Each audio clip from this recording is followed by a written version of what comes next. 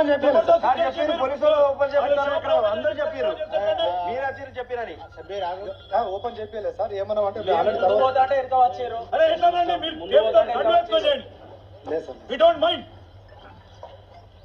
అట్లా చేయం సార్. అలా చచ్చిపోతా ఉన్నారండి ఈ గుండా ఇదంతా చచ్చిపోతా ఉన్నారు ఎవరు జవాబు చెప్తారు మాకు ఈయన గుండాయిజం గురించి మాట్లాడుతుండే ఈయన సొక్క పూసట ఒక లేడీ ఆమె పాపం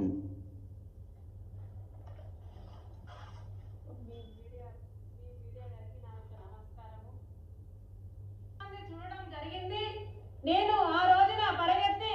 అక్కడ దొరికితే నన్ను చంపే పరిస్థితి నేను అక్కడ నుండి ఈమె ఆ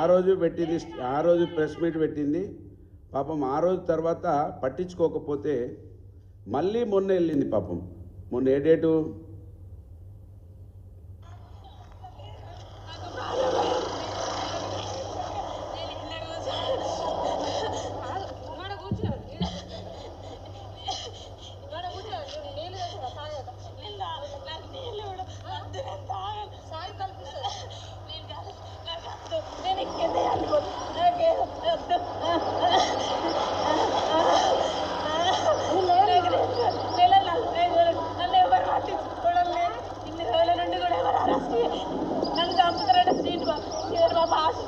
అని చెప్పేసి వాళ్ళ ఫోన్ చేసుకొని వాళ్ళ చెల్లె లాయరట ఫైనల్ రాజు కూడా విన్నారు కదా ఎమ్మెల్యే తమ్ముని పేరు తీసుకొని ఆమె మాట్లాడుతూ ఉన్నది పోలీసులను ఏ విధంగా వాడుకుంటుర్రో ఎమ్మెల్యే తమ్ముని పక్కకి ఎంత పెద్ద ఫోర్స్ ఉన్నదో చూడండి ఎమ్మెల్యే తమ్ముని పక్కకు ఫోర్స్ మంత్రిని ఎమ్మెల్యే తమ్ముడికి పోలీస్ ఎస్కాట్లు పోలీస్ పహారా ఈ పహారా మధ్యలో మంత్రిని ఎమ్మెల్యే తమ్ముడు తిరుగుతూ ఉంటాడు ఆయన రావడంతో ఆ రోజు నా మీద రౌడీ షీట్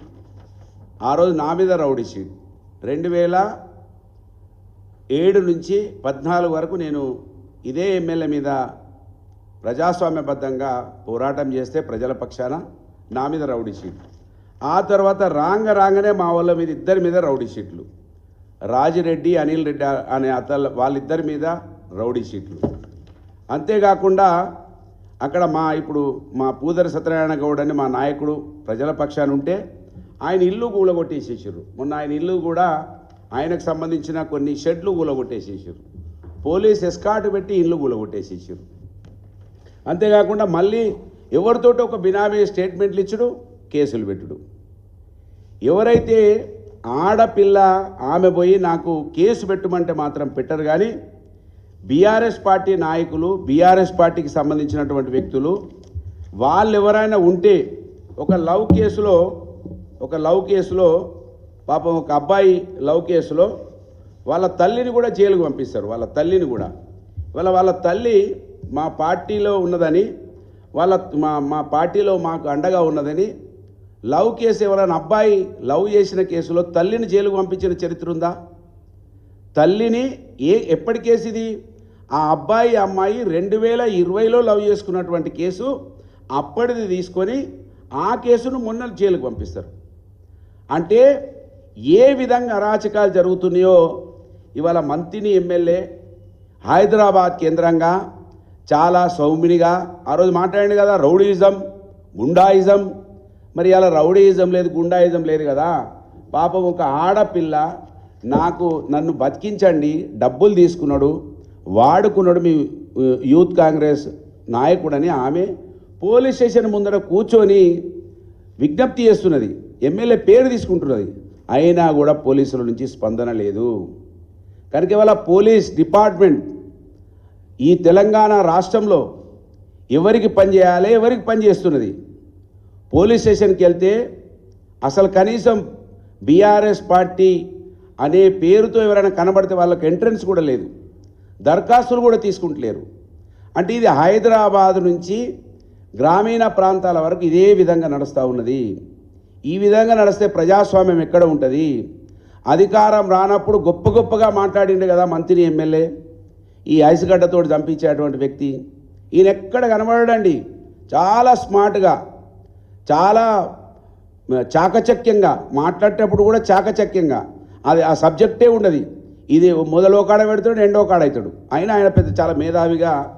ఈ హైదరాబాద్ కేంద్రంగా కనబడతా ఉన్నాడు. కనుక పోలీసులు మేము ఏదైతే ఆ మహిళ ఏదైతే పాపం వేడుకుంటా ఉన్నదో, ఇవాళ మధుర ఎమ్మెల్యే ఆ రోజులలో ఉరికొచ్చాడు పాపం. ఎవరికైనా మంత్రిలో చిన్నగా ముళ్ళుగుచ్చినా ఉరికొచ్చాడు మధుర ఎమ్మెల్యే కనబడాలని ఇక్కడ హైదరాబాద్కి వచ్చినాం. పాపం ఆందోళన ఆడబిడ్డ నా మీద కేసు అయింది, నన్ను ఆడు డబ్బులు తీసుకున్నాడు, మోసం చేసిండని ఆందోళన చెందుతున్నటువంటి ఆడబిడ్డ కోసం మధుర ఎమ్మెల్యే గారు మంత్రికి రావాలని కోరుతున్నా. మంత్రి ఎమ్మెల్యే గారు ఎప్పుడు పిలిస్తే అప్పుడు వచ్చిండు. పాపం ఆడబిడ్డ బీసీ బిడ్డ, ఆమె కోసం మధుర ఎమ్మెల్యే గారు మంత్రిని రావాలి. మంత్రిలో జరుగుతున్నటువంటి గొప్ప గొప్ప విషయాలన్నీ కూడా ఆయన పాపం చూడాలి, చూసి స్పందించాలి. బీఆర్ఎస్ పార్టీ వాళ్ళు ఏమైనా తప్పు చేస్తున్నారా, కాంగ్రెస్ పార్టీ వాళ్ళు ఏం చేస్తున్నారో మంత్రిని కేంద్రంగా ఇవాళ మధుర ఎమ్మెల్యే గారు కూడా, ఎందుకంటే ఆయన పేరు కూడా తీసుకోబోతే తెలియదు. ఒక బలహీన వర్గాల సామాజిక వర్గంలో పుట్టిన అతను ఏ సామాజిక వర్గాన్ని అయితే మొత్తానికే తొక్కిపెట్టినటువంటి సామాజిక వర్గానికి వత్తాసు పలిగినటువంటి వ్యక్తి మధుర ఎమ్మెల్యే గారు. కనుక మాలాంటి వాళ్ళం, అట్టడుగులు ఉన్న వాళ్ళం పైకి వస్తే మా మీద అక్కసు కక్కించడానికి ఎవరైతే నిర్ణయం తీసుకున్నారో ఆయనకు వంటగాగినటువంటి వ్యక్తి మధుర ఎమ్మెల్యే గారు. ఇప్పుడు ఎవరు మంచి ఎవరు చెడ్డ, అసలు ప్రజాస్వామ్యం ఎక్కడ పోతున్నది, అసలు ప్రజాస్వామ్యం ఉందా ఈ రాష్ట్రంలో, పోలీసులు ఎవరు జీతాలు తీసుకుంటున్నారు, కాంగ్రెస్ పార్టీ జీతం ఇస్తుందా, ప్రజలు ట్యాక్సులతో వాళ్ళకి జీతాలు వస్తున్నాయా, ఇవాళ పోలీస్ యంత్రాంగం అంతా కూడా ఆలోచించాలని కోరుతున్నా. ఆ ఆడబిడ్డను ఎవరైతే కోమా లత ఉందో ఆమె ఏదైతే కోరుకుంటున్నదో తక్షణమే ఆ యూత్ కాంగ్రెస్ పార్టీ అధ్యక్షుడిని ఆయనను అరెస్ట్ చేయాలని, ఆయనకు కేకులు తినిపిస్తున్నటువంటి మంత్రి ఎమ్మెల్యే వాళ్ళ ఎమ్మెల్యే క్యాంప్ ఆఫీసులనే కేకులు తినిపిస్తూ ఉన్నారు. ఇవాళ కూడా ఎమ్మెల్యే క్యాంప్ ఆఫీసులనే ఉంటా ఉన్నాడు ఆయన. ఎమ్మెల్యే క్యాంప్ ఆఫీసులో ఎమ్మెల్యే తమ్ముడు కేకులు తినిపిస్తూ ఉన్నటువంటి, ఇప్పటికైనా మీరు కళ్ళు తెరిచి పోలీసులు పట్టుకొని ఆమె ఆడబిడ్డ అంగలారుస్తూ ఉన్నది. రోడ్డు మీదకి ఒక ఆడపిల్ల వచ్చి నాకు న్యాయం చేయమనే దాకా కూడా పోలీసులు ఇవాళ కూడా స్పందిస్తలేరంటే ఇది ప్రజాస్వామ్యానికి అపహాస్యం. ప్రజాస్వామ్యం ఖతమైపోయింది. రాహుల్ గాంధీ ఏమో సంవిధానకు బచావ్ అని అదేంది రాజ్యాంగాన్ని పట్టుకొని తిరుగుతూ ఉన్నాడు. ఆ రాజ్యాంగమేమో ఇక్కడ మొత్తం కూని అయిపోతూ ఉన్నది, గ్రామాన కూని అయిపోతూ ఉన్నది. పోలీసులు ఇప్పటికైనా ఆలోచించాలి. కోర్టులున్నాయి, మీరు ఏది చేసినా అది నడుస్తుందని భావిస్తే అది ఎన్ని రోజులు ఆగదనే విషయాన్ని ఈ ప్రెస్ ద్వారా పోలీసులను కూడా కోరుతా ఉన్నాను, హెచ్చరిస్తూ ఉన్నాం.